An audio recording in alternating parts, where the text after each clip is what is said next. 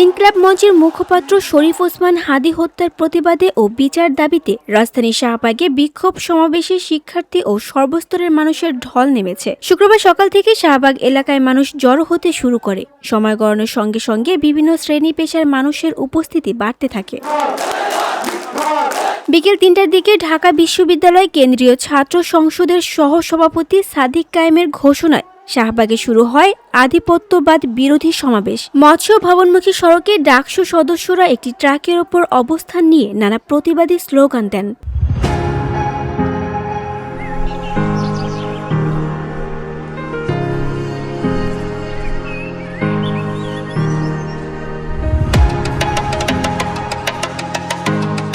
পাশাপাশি জুলাই ভাস্কর্যের পাদদেশে জুলাই আন্দোলনে অংশ নেওয়া বিভিন্ন প্ল্যাটফর্মের সদস্যদেরও বিশাল অবস্থান নিতে দেখা গেছে। এ সময় আন্দোলনকারীদের আর নয় প্রতিরোধ, এবার হবে প্রতিশোধ, এক হাদির লোকান্তরে লক্ষ হাদি ঘরে ঘরে ইত্যাদি স্লোগান দিতে দেখা যায়।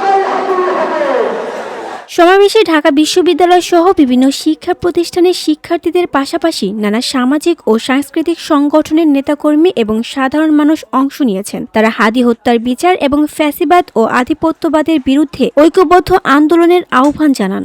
আমরা আমাদের স্বাধীনতা পাইনি, সেই জন্য পাশের দেশ থেকে এসে গুলি করে আবার আমার ভাইকে রক্তাক্ত করে নিহত করে চলে যায়, আর অপক্ষ সরকার তাকে আজ পর্যন্ত ধরতে পারে না।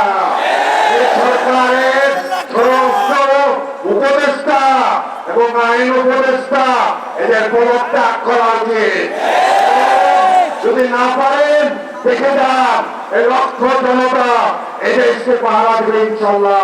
গত 12 ডিসেম্বর রিকশা আরোহী হাদী মোটরসাইকেলে থাকা দুর্বৃত্তদের গুলিতে আহত হন। পরে ঢাকা মেডিকেল কলেজ হাসপাতালে চিকিৎসা শেষে ওই দিন রাতেই তাকে এভারকেয়ার হাসপাতালে নেওয়া হয়। সেখান থেকে 15 ডিসেম্বর সিঙ্গাপুর পাঠানো হয়। গত বৃহস্পতিবার রাত 10:45টার দিকে ইনকিলাব মঞ্চের নেতা শরীফ ওসমান হাদী সিঙ্গাপুরে চিকিৎসাধীন অবস্থায় মারা গেছেন। তার মৃত্যুর খবরে ঢাকার শাহবাগ সহ বিভিন্ন স্থানে প্রতিবাদ বিক্ষোভ ও অবস্থান কর্মসূচি দেখা গেছে। শনিবার একদিনের রাষ্ট্রীয় শোক ঘোষণা করেছে অন্তর্বর্তী সরকার।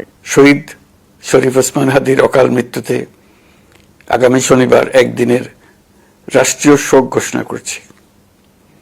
এই উপলক্ষে শনিবার দেশের সব সরকারি, আধা সরকারি, স্বায়ত্তশাসিত প্রতিষ্ঠান, শিক্ষা প্রতিষ্ঠান সহ সরকারি বেসরকারি ভবন এবং বিদেশে বাংলাদেশ মিশনগুলোতে জাতীয় পতাকা অর্ধনমিত থাকবে। শরীফ ওসমান হাদীর মৃত্যুর খবর আসার পর রাতভর দৈনিক প্রথম আলো, ডেইলি স্টার, ধানমন্ডির 32 নম্বরে শেখ মুজিবের বাড়ি ও ছায়ানট সংস্কৃতি ভবনে মব সৃষ্টি করে হামলা, ভাঙচুর ও অগ্নিসংযোগের ঘটনা ঘটেছে। এছাড়া চট্টগ্রাম, রাজশাহী সহ আরো অনেক এলাকায় বিভিন্ন স্থানে হামলার ঘটনা ঘটেছে। তানজু হাবিবা, ভিওডি বাংলা, ঢাকা।